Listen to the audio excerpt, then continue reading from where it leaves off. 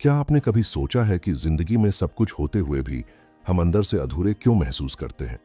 पैसे हैं, रिश्ते हैं, सुविधाएं हैं, लेकिन दिल के कोने में एक अजीब सी बेचैनी हमेशा बनी रहती है। जैसे कोई खालीपन है जिसे कोई भर नहीं पा रहा। यही खालीपन हमारी आत्मा की पुकार है।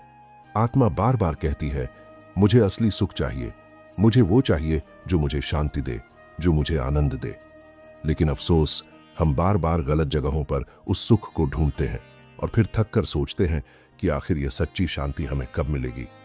दोस्तों, आज के इस वीडियो में हम इसी रहस्य को समझेंगे कि आत्मा का असली सुख कहाँ छिपा है और क्यों यह सुख केवल ईश्वर से जुड़ने में मिलता है। अगर आप इस वीडियो को अंत तक देखेंगे तो न सिर्फ आपके सवालों के जवाब मिलेंगे, बल्कि दिल को वो सुकून भी मिलेगा जिसकी तलाश आप बरसों से कर रहे हैं। तो अगर आप सचमुच इस जीवन के रहस्य को समझना चाहते हैं तो इस वीडियो को पूरा देखिए। और हाँ, अगर आप हमारे साथ ऐसी ही आत्मा को झकझोर देने वाली बातें सुनते रहना चाहते हैं तो चैनल को सब्सक्राइब कर दीजिए और वीडियो को लाइक करना मत भूलिए, क्योंकि हो सकता है आज का यह संदेश आपकी जिंदगी की दिशा ही बदल दे। और अब चलिए शुरू करते हैं उस गहरी सच्चाई की यात्रा, जहां हम समझेंगे कि आत्मा का असली सुख केवल ईश्वर से जुड़ने में ही क्यों है। दोस्तों, जरा सोचिए, जब हम छोटे थे तो हमारी खुशियां कितनी सरल थीं। एक खिलौना मिल जाए तो लगता था पूरी दुनिया हमारी है। मां की गोद मिल जाए तो लगता था यही सबसे बड़ी जन्नत है। लेकिन जैसे जैसे हम बड़े हुए, खुशियों की परिभाषा बदलती गई। अब हमें लगता है कि अगर अच्छा घर होगा, बड़ी गाड़ी होगी, अच्छा बैंक बैलेंस होगा, तभी सुख मिलेगा। और इसी खोज में हम दिन रात भागते रहते हैं। लेकिन हैरानी की बात यह है कि जितना भी पालें, सुख कभी स्थायी नहीं होता। एक समय आता है जब दिल फिर खाली लगने लगता है, जैसे कोई अधूरापन भीतर से हमें खींच रहा हो। आपने भी महसूस किया होगा, कभी अचानक अकेले में बैठकर लगता है कि क्या सचमुच मैं खुश हूं? बाहर से हंसते हुए चेहरे के पीछे भीतर से आत्मा जैसे रो रही होती है। असल में यह अधूरापन हमारी आत्मा की सबसे गहरी सच्चाई है। आत्मा की प्यास कभी भौतिक चीजों से नहीं बुझ सकती। आप करोड़ों कमा लीजिए, सारी इच्छाएं पूरी कर लीजिए, लेकिन आत्मा फिर भी पूछेगी, मेरा असली सुख कहाँ है? यही वजह है कि हम बार बार पाने के बाद भी अधूरे रह जाते हैं। यह अधूरापन हमें अंदर से बताता है कि हम असली दिशा से भटक गए हैं। आत्मा हमें इशारा करती है कि सुख बाहर नहीं, किसी और जगह है। और जब यह एहसास होने लगता है, तब मन बेचैन होने लगता है।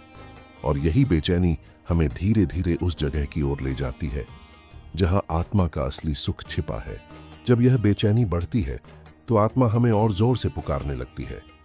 यह पुकार किसी शोर की तरह नहीं होती, बल्कि एक धीमी सी आवाज होती है जो अक्सर हमारे दिल की गहराई से उठती है।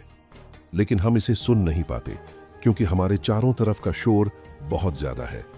कभी मोबाइल की रिंगटोन, कभी काम का दबाव, कभी दुनिया की भागदौड़, और उस शोर में आत्मा की आवाज खो जाती है। लेकिन सच ये है कि जब भी हम अकेले होते हैं, ये आवाज और साफ सुनाई देने लगती है। रात की खामोशी में, जब सारे काम खत्म हो जाते हैं और सिर्फ हम और हमारी सोच बचते हैं, तभी आत्मा हमें सवाल पूछती है, क्या तुम सचमुच खुश हो? उस पल हम समझ जाते हैं कि हमारी हंसी कितनी नकली थी, हमारी मुस्कान सिर्फ दिखावा थी। आत्मा के सवाल बड़े सीधे होते हैं, लेकिन जवाब ढूंढना मुश्किल होता है, क्योंकि आत्मा कहती है, मुझे शांति चाहिए, मुझे ठहराव चाहिए, मुझे अपने असली घर की याद आ रही है। और वो असली घर कहीं बाहर नहीं, बल्कि उसी परम सत्ता के पास है जिसने हमें जन्म दिया है। लेकिन इंसान की आदत बड़ी अजीब है। आत्मा पुकारती है भीतर से और हम समाधान खोजते हैं बाहर। हम सोचते हैं कि शायद नया फोन ले लेंगे तो मन भर जाएगा, नई जगह घूम आएंगे तो शांति मिल जाएगी, या फिर और पैसा कमा लेंगे तो सुख मिलेगा। लेकिन आत्मा फिर भी अधूरी रह जाती है, क्योंकि आत्मा का सुख बाहरी चीजों से पूरा ही नहीं हो सकता। यही कारण है कि जितना भी भोग लो, आत्मा फिर प्यास से कराहती रहती है।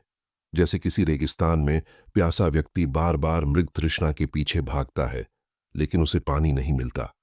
ठीक वैसे ही हमारी आत्मा असली स्रोत से जुड़ने की तलाश करती है, लेकिन हम उसे बार बार गलत जगह पर भटकाते हैं।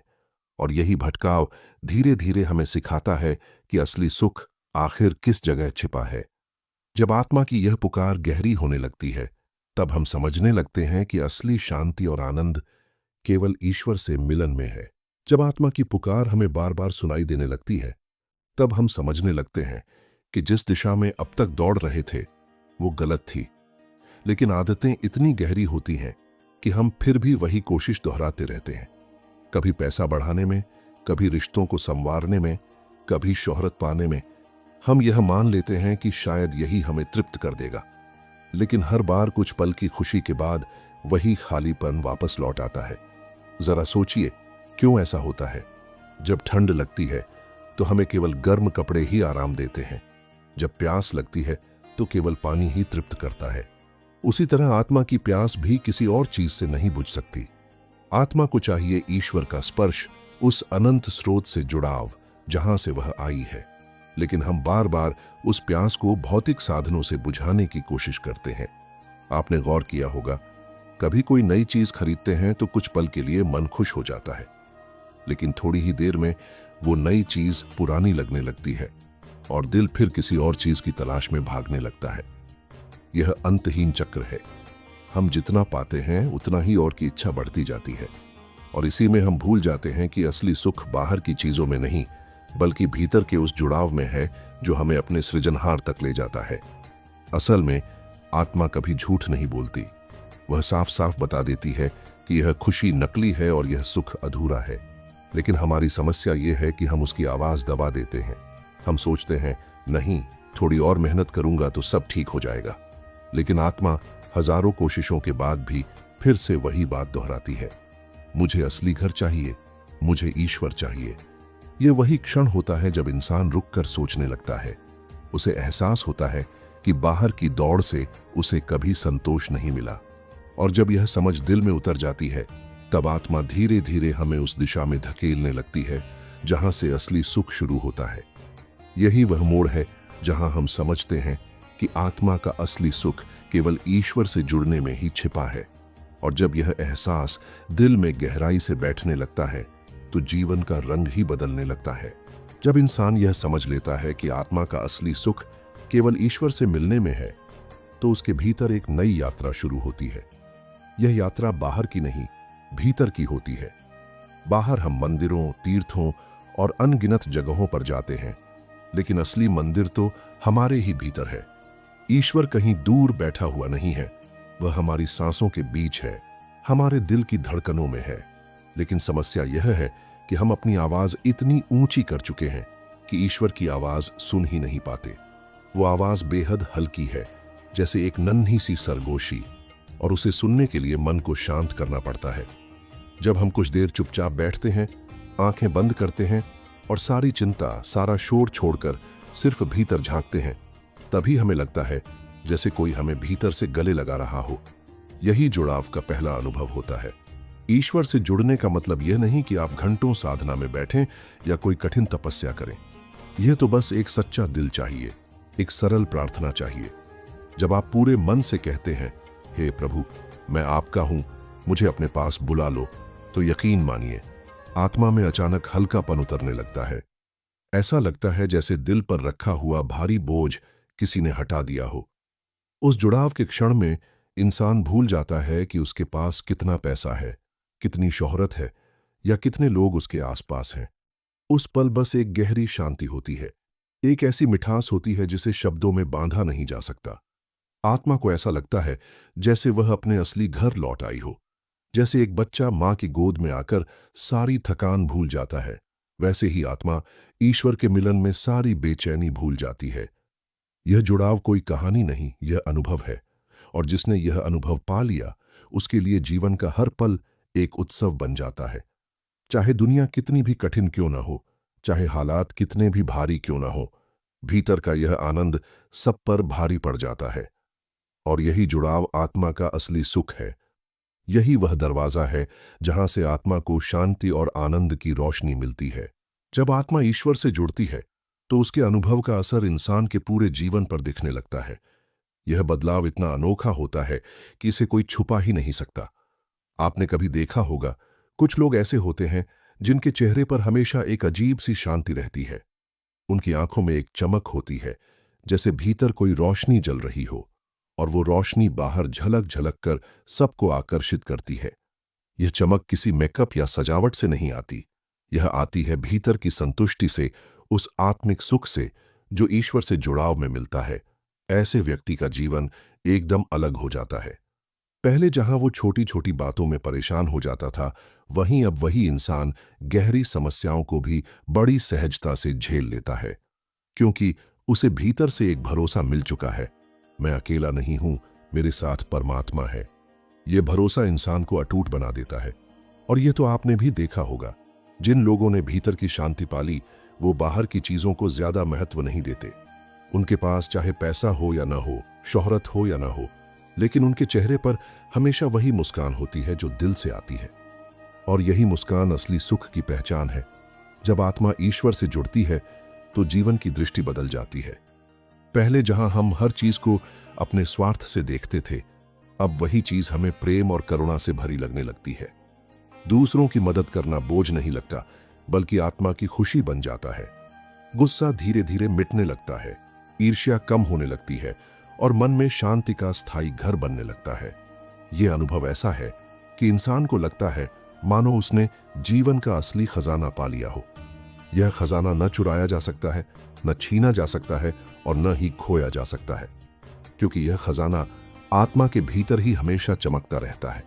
और जो इंसान यह सुख पा लेता है, वो इस दुनिया की भीड़ में रहकर भी भीतर से हमेशा आनंदित रहता है।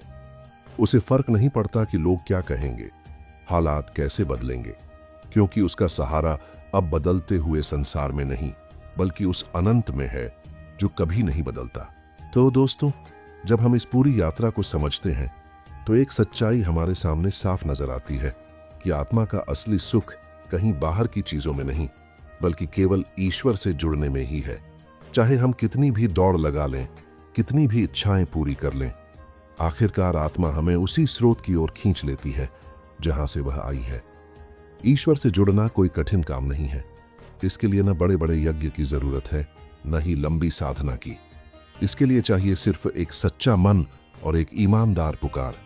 जब दिल से हम कहते हैं, हे प्रभु, मैं आपको चाहता हूं, मैं आपसे जुड़ना चाहता हूं, तो यह आवाज सीधे ईश्वर तक पहुंचती है। और उस क्षण आत्मा को वैसा सुख मिलता है जिसे दुनिया की कोई भी दौलत नहीं दे सकती। याद रखिए, पैसा, शोहरत और रिश्ते हमें जीवन में सहारा दे सकते हैं, लेकिन आत्मा को तृप्त नहीं कर सकते।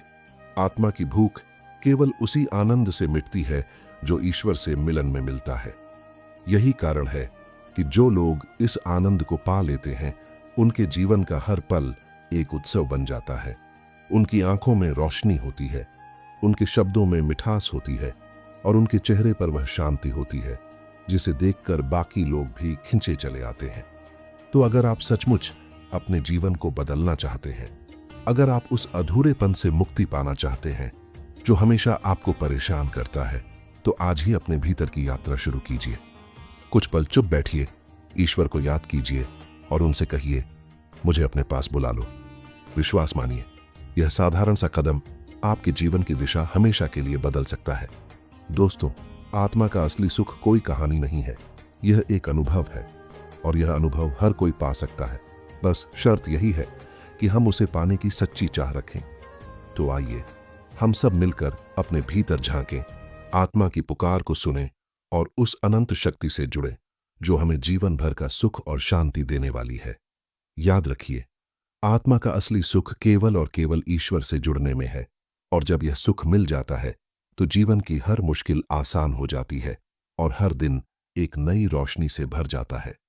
दोस्तों, जिंदगी की इस भीड़भाड़ में मत भूलिए कि असली सुख किसी चीज में नहीं, किसी रिश्ते में नहीं, बल्कि उस परम सत्ता में है जिसने हमें जीवन दिया है।